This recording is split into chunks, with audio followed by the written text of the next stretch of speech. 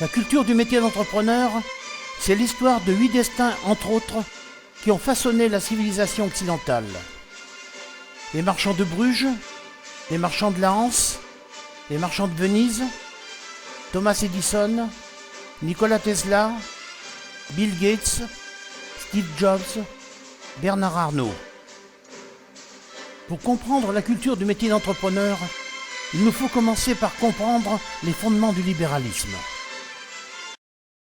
Pourquoi faut-il comprendre les fondements du libéralisme ? Le pouvoir absolu se répartit entre le pouvoir spirituel des religions, le pouvoir temporel des gouvernants, le pouvoir économique moderne qui est né le 7 août 936 avec le sacre de Othon Ier, roi de Germanie, et le pouvoir du peuple qui n'est plus le tiers-État, mais le quart-État. Ainsi, la civilisation occidentale s'est développée sur un fond de luttes de pouvoir permanentes qui ont laissé des traces différentes selon les pays. Notamment en France, à la différence des pays de l'Europe du Nord qui faisaient partie du Saint-Empire romain germanique. Il nous faut comprendre les fondements de l'économie marchande parce que la France a accumulé un déficit de culture économique évident. Pour comprendre les fondements de l'économie marchande moderne, il faut comprendre l'approche de Othon Ier qui a dessiné l'histoire du deuxième millénaire depuis l'an 936 jusqu'en 1806 officiellement et jusque dans les années 1990 dans les faits. L'histoire de Othon Ier, c'est l'histoire de la reconstitution de l'empire de Charlemagne qui a été divisé par le traité de Verdun de 843. Le 7 août 936 sacre Othon Ier roi de Francie orientale et roi de Germanie dans la chapelle palatine d'Aix-la-Chapelle. Il a 24 ans, il reçoit les insignes de son pouvoir, le manteau, le bracelet, le sceptre et le bâton de commandement. Dans le banquet qui suit, il explique la façon dont il entend exercer son pouvoir et imprimer sa marque dans l'histoire. Son allocution peut se résumer ainsi, avec les mots d'aujourd'hui. Je veux restaurer l'empire de Charlemagne et la dignité impériale, en légitimant le pouvoir temporel de l'empereur sur le pouvoir spirituel de l'Église. J'assurerai la protection de l'Église, mais en contrepartie, je mettrai le savoir des ecclésiastiques au service du rayonnement de l'Empire. La société, l'économie et le bien-être social seront au premier rang de nos préoccupations. Je créerai toutes les conditions d'un élan économique exemplaire et durable, fondé sur la liberté de chacun d'entreprendre à la hauteur de ses ambitions. Je veux que les 3 siècles qui vont suivre soient des périodes de prospérité historique. Je veux écrire l'histoire de l'avenir de l'Occident pour 1000 ans, en donnant une impulsion déterminante à l'économie marchande. Et il en fut ainsi. Othon Ier, dit Othon le Grand, crée le Saint-Empire romain germanique et instaure le statut de ville libre directement attaché à l'empereur, dans lesquels chacun a la liberté d'entreprendre sans distinction de classe. Othon Ier, dit Othon le Grand, donne un élan déterminant à l'économie marchande. Il encourage les villes libres à organiser des marchés et des foires, notamment pour faciliter l'écoulement de la production des abbayes et les surplus agricoles. Les productions de l'Europe du Nord, telles que le bois et les fourrures, et la commercialisation des innovations en provenance de la route de la soie, telles que la soie, les porcelaines, les épices, les pierres précieuses en provenance de Golconde en Inde. Il octroie la liberté de travailler en abolissant le servage. Il crée de la monnaie en exploitant les mines d'argent de Goslar. En réunissant la mer du Nord, la mer Baltique et la mer Méditerranée dans un même empire, il facilite la création des grandes routes commerciales qui sillonnent l'Europe. Le commerce s'installe dans les villes libres du Saint-Empire. Ainsi, une nouvelle classe sociale émerge en créant un 4e pouvoir argenté, la bourgeoisie constituée d'entrepreneurs, d'artisans et de marchands. Les 11e et 12e siècles connaissent une prospérité exceptionnelle. Le Saint-Empire, c'est une centaine de villes libres dans lesquelles le commerce est florissant, notamment dans les grandes villes. Aix-la-Chapelle, Augsbourg, Berne, Brême, Cologne, Dortmund, Francfort, Goslar, Hambourg, Lübeck, Nuremberg, Ratisbonne, Strasbourg, etc. Signalons que la ville de Hambourg reste aujourd'hui attachée à ce passé avec son nom officiel, ville libre et hanséatique de Hambourg. Ainsi, l'économie marchande se développe de cœur marchand en cœur marchand, en traçant les grandes routes commerciales qui vont sillonner l'Europe et construire la civilisation occidentale.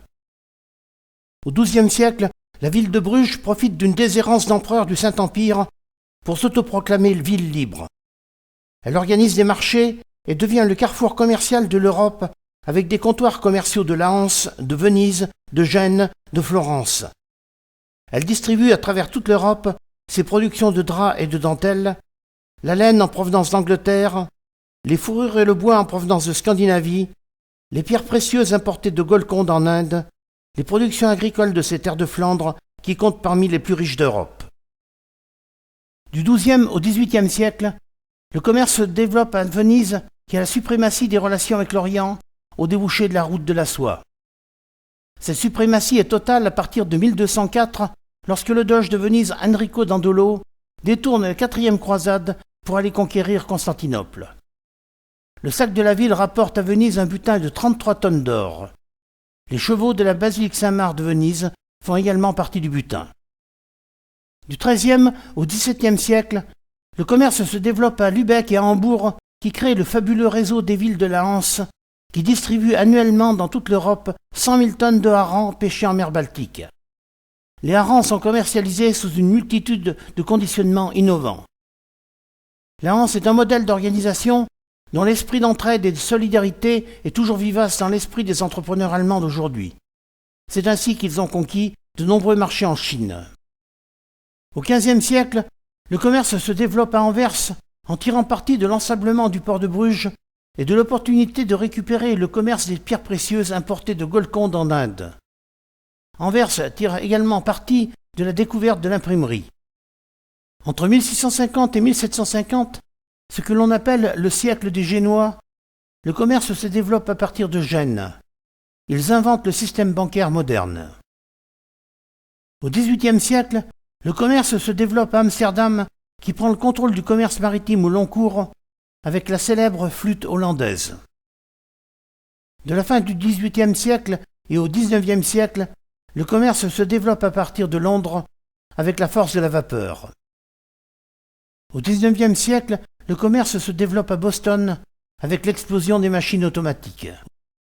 De la fin du XIXe siècle et au début du XXe siècle, le commerce se développe à New York avec la percée de l'électricité poussée par Thomas Edison et ses 1093 brevets et Nikola Tesla et ses 700 brevets.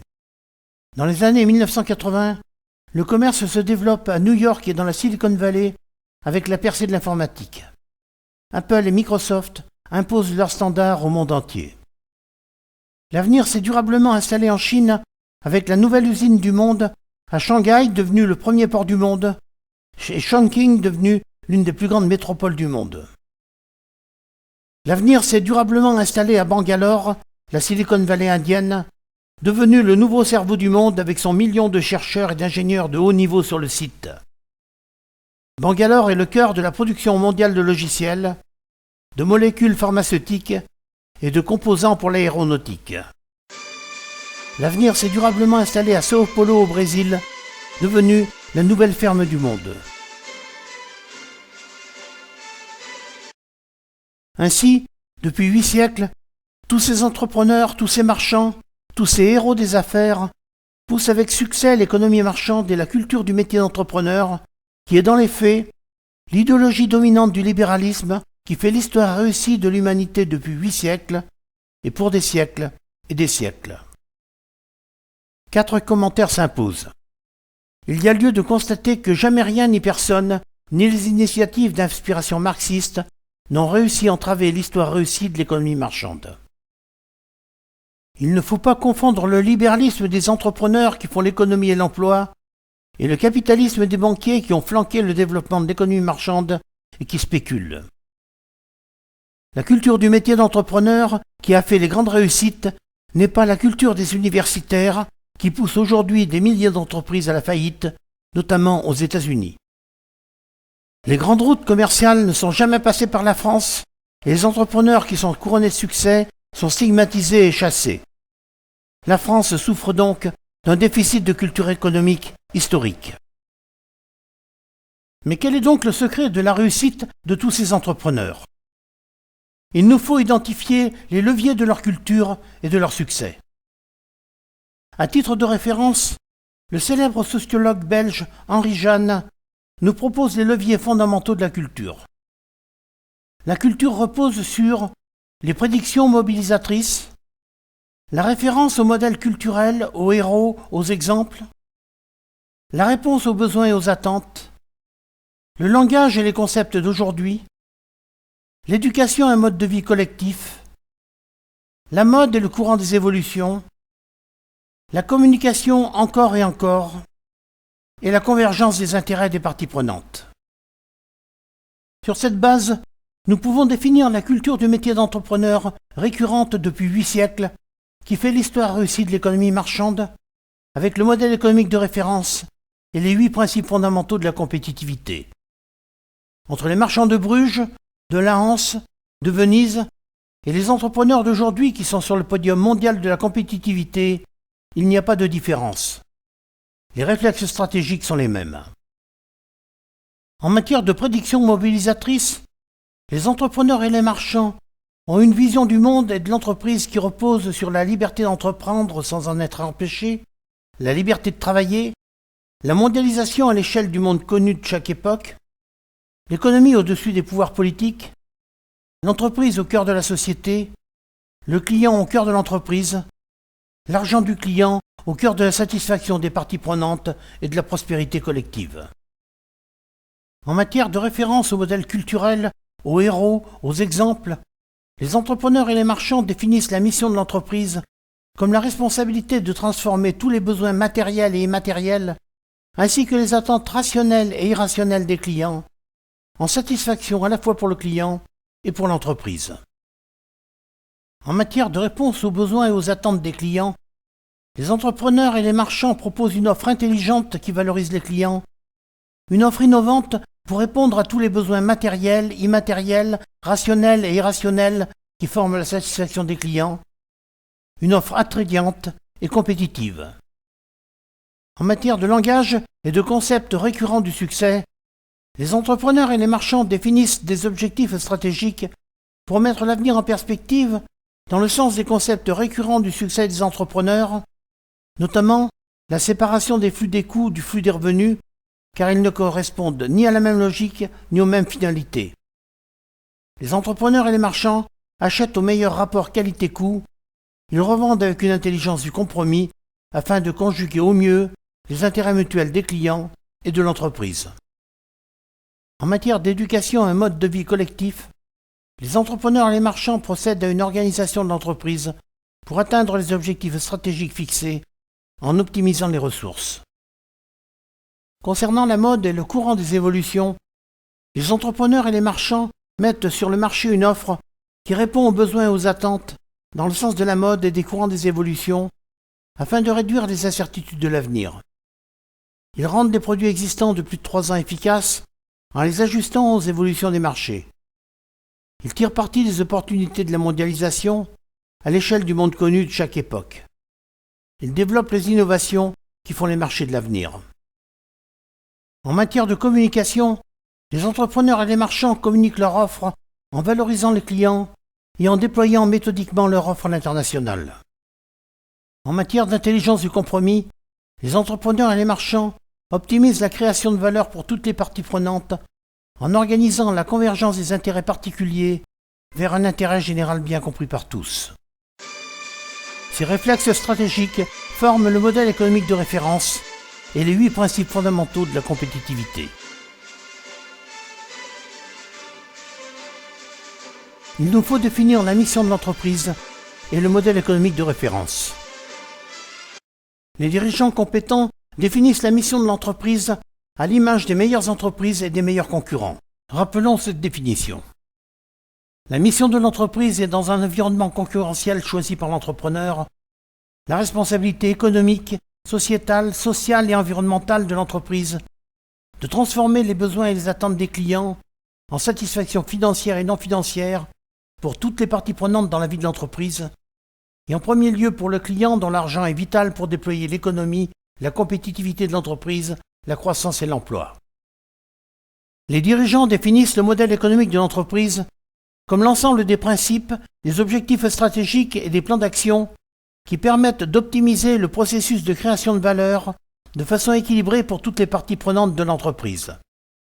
D'une part, la satisfaction des clients, dont l'argent est à l'origine de la satisfaction de toutes les autres parties prenantes. D'autre part, la compétitivité de l'entreprise. Le modèle économique récurrent du succès des entrepreneurs depuis 8 siècles repose sur 8 principes fondamentaux. Principe numéro 1, votre vision. Il s'agit de comprendre d'où l'on vient pour mieux savoir où l'on doit aller et comment y aller. Principe numéro 2, votre mission. Il s'agit de transformer les besoins et les attentes des clients en satisfaction pour toutes les parties prenantes. Principe numéro 3, votre offre. Il s'agit de proposer une offre compétitive avec une intelligence distinctive. Principe numéro 4, vos objectifs stratégiques. Il s'agit d'optimiser les processus de création de valeur, réduire les risques et les incertitudes de l'avenir, mettre le futur en perspective dans le sens des vagues d'avenir inéluctables de la mondialisation. Principe numéro 5, votre organisation. Il s'agit d'optimiser les ressources et les plans d'action pour atteindre les objectifs stratégiques. Principe numéro 6, votre mise à disposition de l'offre sur le marché.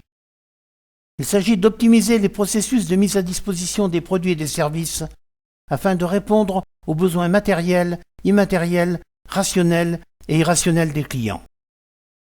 Principe numéro 7, votre déploiement de l'offre. Il s'agit d'optimiser les ventes à l'international. Principe numéro 8, votre création de valeur. Il s'agit de faire converger les intérêts particuliers des parties prenantes vers un intérêt général bien compris par tous. Il nous faut déployer les 8 principes fondamentaux de la compétitivité. Les lignes directrices sont définies par chacun des principes fondamentaux.